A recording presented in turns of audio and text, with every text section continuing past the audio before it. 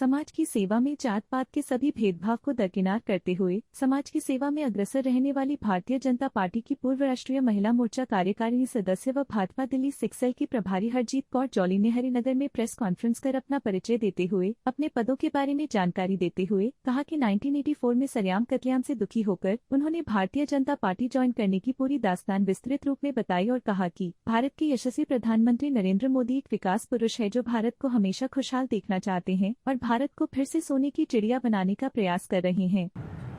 मेरा नाम हरजीत कौर जौली है। मैं भारतीय जनता पार्टी की राष्ट्रीय कार्यकारिणी महिला मोर्चा की पूर्व कार्यकारिणी सदस्य हूँ और साथ में राष्ट्रीय सिख संगठन में मैं पूर्व राष्ट्रीय संयोजिका भी रही हूँ महिला मोर्चा की और राष्ट्रीय मंत्री भी रही हूँ राष्ट्रीय सिख संगठन में।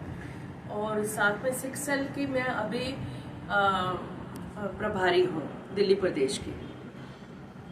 एक बात बताएं, आपने अपने राजनीतिक जीवन की एक कैसे शुरुआत की, कब शुरुआत?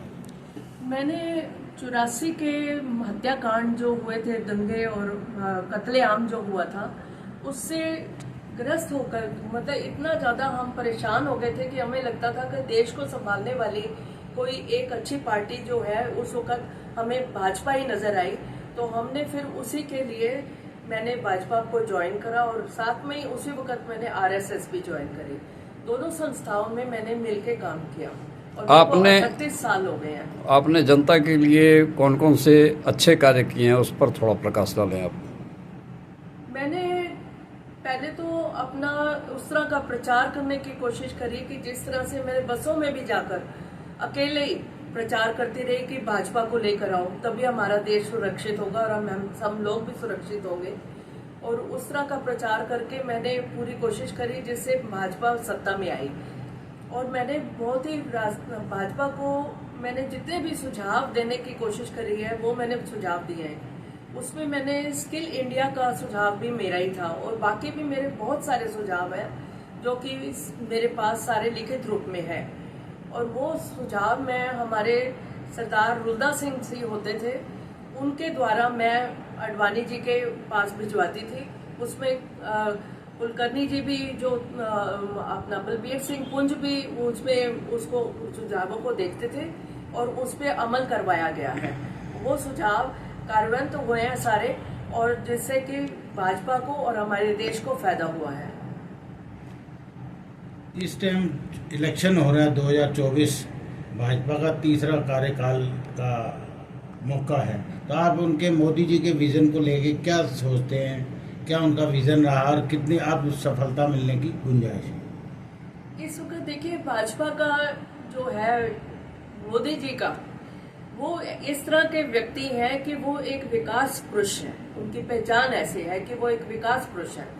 उनके होने से देश जो है हमारा बहुत उन्नति कर रहा है। पूरे संसार में भारत देश का नाम मोदी जी ने ऊंचा किया है। गरीब व्यक्ति का जीवन आसान किया है। उनको राशन उपलब्ध करवा रहे हैं मुफ्त में, जो कि गरीब आदमी जो है अपना गुजारा कर रहा है। और भी सुविधाएं, स्वास्थ्य की सुविधाएं जो दिल्ली में उन्होंने यहाँ पे लागू कर दी है, आयुष्मान योजना, तो वो जो है 5 लाख का फायदा जो है उपचार में किसी भी प्राइवेट अस्पताल में गरीबों को मिल सकेगा। और इस तरह के वो हर तरह के एजुकेशन में भी नई नई पॉलिसीज ला रहे हैं जिसमें कि लोगों को अच्छा शिक्षा जो है वो मिल सके और आगे भी उसमें और प्रगति करी जाएगी। और बाकी चीजें जो है देखिए, मकान जहां पर आपकी झुकी है वहीं पर मकान देने का वादा किया है मोदी जी ने।